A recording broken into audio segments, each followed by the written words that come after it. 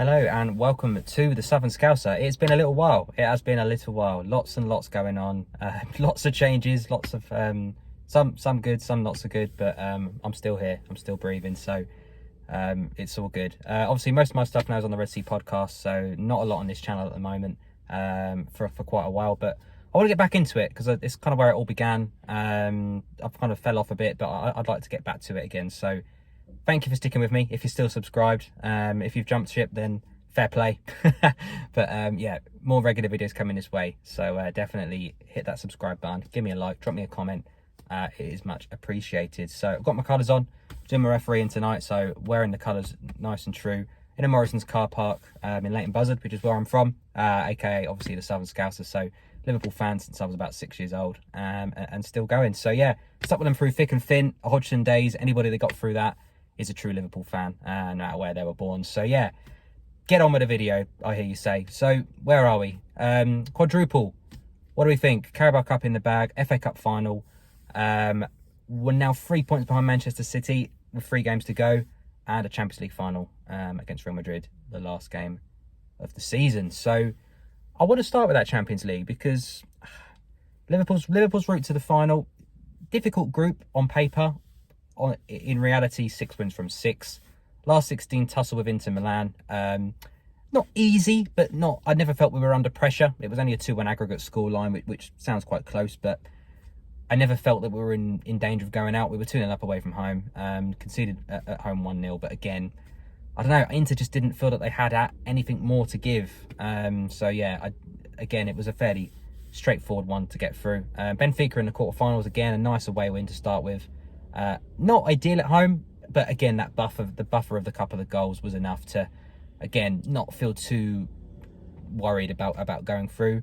And into the semi-final with Villarreal, which was a strange one because we've played Barcelona in the semi-final, we've played Roma in the semi-final at the time, where we're a much better team than they are now. So yeah, again, it was kind of like Villarreal, but because we expect to win the game, it didn't feel the same. When we were against Barcelona in the semi-final, it's like, oh my god, Barcelona in the semi-final of the Champions League, oh my god, here we go. Villarreal, it doesn't have the same vibe. It could be a Europa League game, a conference game. Obviously Liverpool are not going to be in the Conference League, but it didn't feel like a Champions League semi-final. But again, a nice, comfortable, straightforward win at home. You go away from home, go 2-0 down pretty early on. Aggregate score is now level. And yeah, for once I was worried in that Champions League campaign. So slightly different vibe, come out in the second half and actually win on the night to win 5-2 in aggregate, which is sensational. And then off to Paris against the old rivals again, Real Madrid, who we owe a little bit of revenge to. 2018 final, Karius and all that. I think it was quarterfinals last season. Again, playing with no fans. Trent didn't have a great game. I think it was in Real Madrid's training ground. So not ideal. Not a great couple of years against Real Madrid in the Champions League. Last time Madrid lost the Champions League final, 1981, Paris against Liverpool. Will history repeat itself? Only Champions League final Ancelotti's ever lost? You guessed it, 2005, Liverpool. So we'll see. We will see. We can go level on 7 Champions League / European Cups with AC Milan. Only second to, obviously, Real Madrid, who won the first 5 of all time and are currently on 13, looking for number 14. So that is to come. Carabao Cup's in the bag. Don't need to talk more about that. FA Cup final, interesting one. Next weekend, this weekend, Chelsea.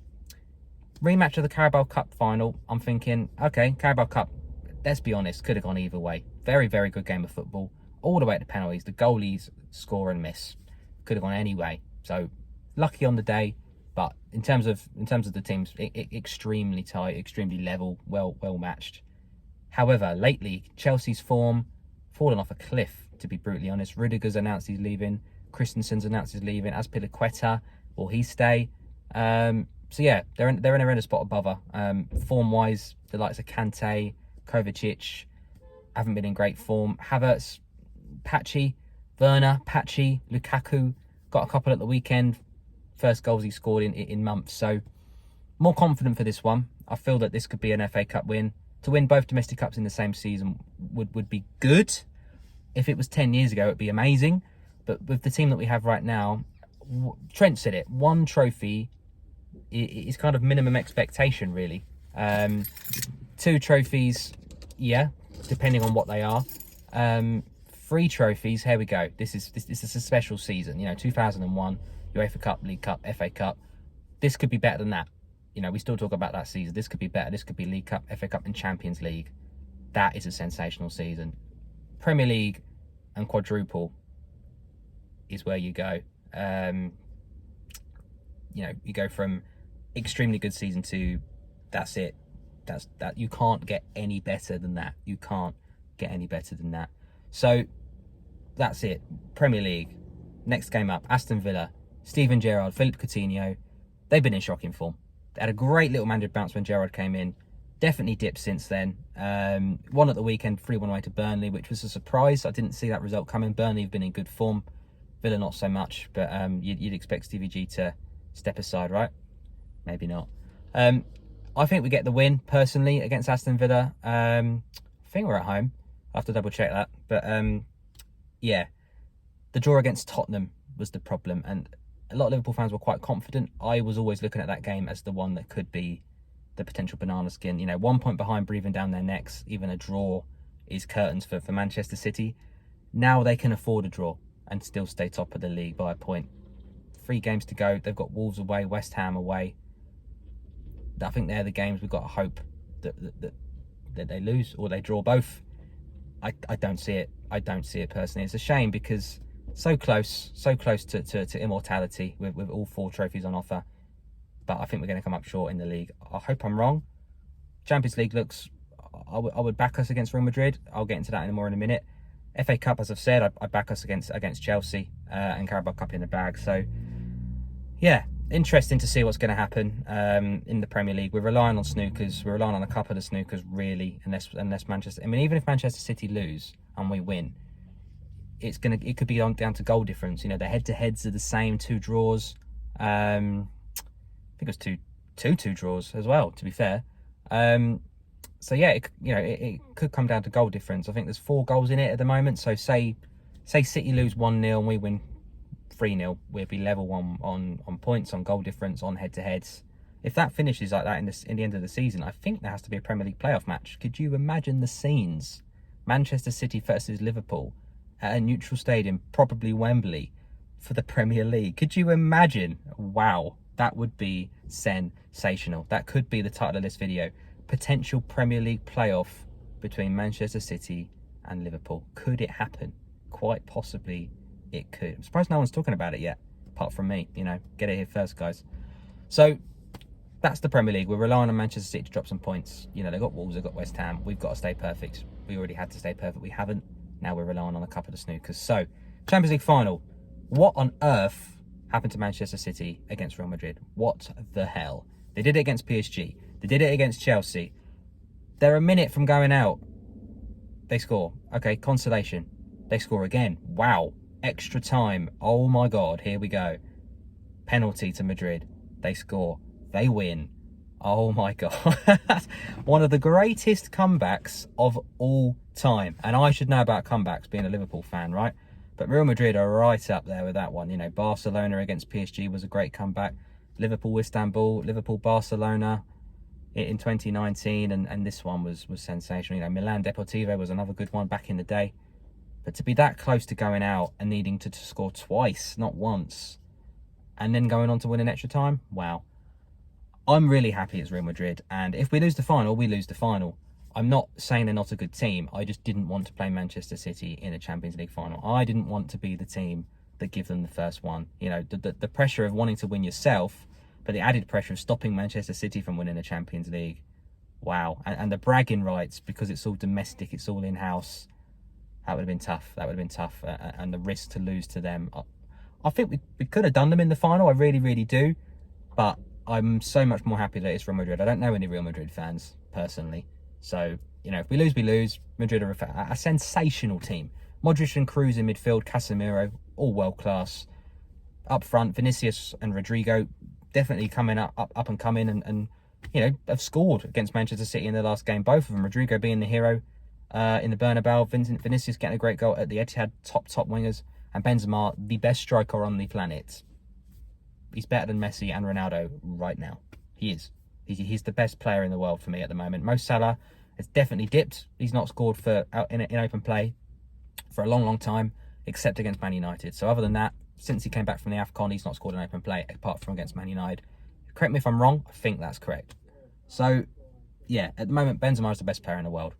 What a card to have in your Arsenal. So, defence, Courtois is a good goalkeeper. It's a great goalkeeper. Mendy's is a great left back. Carvajal's a great right back, very experienced. Alaba and Militao. I don't think they're the best centre backs on the planet. I think they're a very good combination. Very, very athletic, very physical. They've got pace. So, where is Real Madrid's weakness? Where is it? It's pretty watertight. I don't see many weaknesses, if I'm honest. I think, we saw against Manchester City, they had to bring off the likes of Modric and Kroos, the older statesmen of the team. Even Benzema came off towards the end. So if this game does go long, if it does go to extra time in the final, and they have to bring off these guys, you kind of think, okay, cool. We've maybe got better options off the bench. We know we've got a front three, but we'll have all front five players will probably feature in that final, you would imagine, especially if you've got 5 subs and it goes to extra time, which it quite possibly could do. However, Real Madrid's bench is not to be underestimated. Asensio came off the bench, Camavinga came off the bench. These are good players. These are good players that make differences in the big games. So do not do not fall into that trap of Madrid are not what they were when they had Ronaldo and Bale and Zidane in charge and Ramos at the back. Cracking team. But if you get to Champions League final and you've overcome PSG, Chelsea and Man City on the way, wow. Imagine if they beat all 3 English teams in a row to win the competition. That could be, I don't know if that's ever been done, has it? Knock out 3 English teams in a row by one team? Wow, that would be pretty amazing. So yeah, we'll see what happens in the final come the 28th of May. But fingers crossed for Liverpool that they do that. A little bit of breaking news as well to add. Sadio Mane has interested Bayern Munich and they are looking to sign the Liverpool forward this summer. What do we think about that? What do we think? I mean, 1 year left on his deal. He's 29. He's had a brilliant season. Last season he was terrible. This season he's been the best, in the best form he's ever been in, really. And he's kind of played through the middle. He's kind of found a new formation, a new position, and he's looked good. Diogo Jota's played through the middle and looked good. Firmino, I think, is starting to injury prone and he doesn't score many goals. And I don't think we rely on that false 9 anymore. I don't think we play in that way anymore. I don't think we need Firmino to knit everything together because when he doesn't play, we're just as good.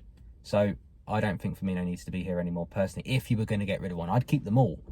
But there's no way in the world I would leave that in Sadio Mane go to Bayern Munich right now. Not a chance. No way. The only way that you let Mane go is if you get Mbappe in or Haaland in. That's the level we're talking about here, All right, maybe Son. That would maybe be as low as I'd go. If we was to get Mane to go to Bayern Munich, I want Son Heung-min. But Son's just signed a new deal. Mane's got a year left on his deal. That he would still probably demand 60, 70 million pounds, I would say minimum, with 1 year left. Maybe pushing up to 75. Son's going to be over 150 easily. So, again, financial sense, no. Who could you get better than Mane? Even if you've got 80 million pounds, who could you go and get that's better than him on the left wing? We've got Luis Diaz already. I get that. 100% get that. But Mane's been playing through the middle and been scoring goals, and it's great rotation. Diaz should be an addition, not a replacement. I know he's come in 6 months early. Maybe it was the plan to replace Mane in the summer with Diaz. Maybe that was it. And we've got a front 5 for a short period of time. But look at the difference a front 5 has made to this squad. We've gone from having no rotation to having one of the best backup benches in the world. Best rotated squads in the world. So, yeah, don't do it. Don't accept that Diaz is a replacement for Mane. Look at the best teams in the world. Look at Manchester City. Sterling can't get a game. Raheem Sterling, 50 million quid, can't get a game. Foden, De Bruyne, Bernardo Silva, Mahrez. Honestly, it goes on and on and on and on. That front, Jack Grealish, £100 million, can't get in the team. They're about to sign Erling Haaland for £63 million as a striker. They've got Gabriel Jesus. It's ridiculous. The wealth of talent is just silly. So why can't we have that? Why can't we have 5 strikers and attempt to win everything every season? We might not win the league this year, but when we got that close to winning it, what happened the following season? We absolutely annihilated everybody. We won the league at a canter. We didn't even have to come back from lockdown after COVID. We would have already won the league. No one would have caught us. We could have just gone, nah, crack on. That's fine. We're done. There's 13 games left of the season or whatever there is. Nah, that's fine. Just give everybody else a win. We would have still won the league. So, It's not all doom and gloom. I mean, far from it, let's be fair. It's probably the greatest season Liverpool have ever had in recent memory, but I think we're going to get 3 trophies. I think the league's one step too far, but I think we win the league next season. We then got the Community Shield. If we win the FA Cup and come second in the league, we're guaranteed to play Manchester City. We've got the World Club Cup again, unless they've decided to make that a mockery, as they probably have done, and the European Super Cup. So, you know, look at the trophies that Liverpool could be winning within a 12-month period. Absolutely sensational, top stuff. So I can't wait. We'll see what happens, but it's looking pretty good. As I say, league's not great at the minute. We're relying on snookers. It's far from over, far from over. But we need someone to do us a favour. It's not in our hands. But the other ones, very much so. I can't wait for it. I'll be honest. I'm really excited. Just trying to think if there's anything else I wanted to talk about. I don't think so. Talked about the league. Talked about the Carabao, the FA. Champions League is the big one for me. You know, it's the holy grail. Everybody kind of says, you know, oh, the league's the bread and butter, etc. And, you know, I'd rather win the league and all that business. I get that after the 30-year drought, 100% get that. But nah, for me, it's the Champions League. It's just the best, isn't it? You're the best team in Europe. You're not just the best in England. You're the best in Europe. And I know you don't have to be the best in England to be the best in Europe, which is kind of strange, because, you know, it's not just the league winners that qualify like they used to. But I think it could be a very special season. 3 trophies, I think, are very likely. 4, could you imagine the scenes? But yeah, we'll get on to that. As I said, if you're new, subscribe. If you're old, thank you for sticking with me. And if you want to see more of me on a more regular level, I'm over at the Red Sea Podcast. If you type Red Sea Podcast into your YouTube search, you will find us. And as I said, the Southern Scouser, I'm going to be more active on my own channel going forward. Obviously, we've got the summer transfers coming up as well. We always do a bit of that over the summer on Red Sea Podcast. But yeah, match reactions, match previews, special guests. It's all good. We get Red Men over here. We're on Red Men. We've got lots of friends out there in the YouTube community. So yeah, thank you for sticking by me. As I said, I've been through lots of different bits and pieces in my personal life over the last 12 months. So I'm still standing. I'm still here, and I will see you next time. Take care.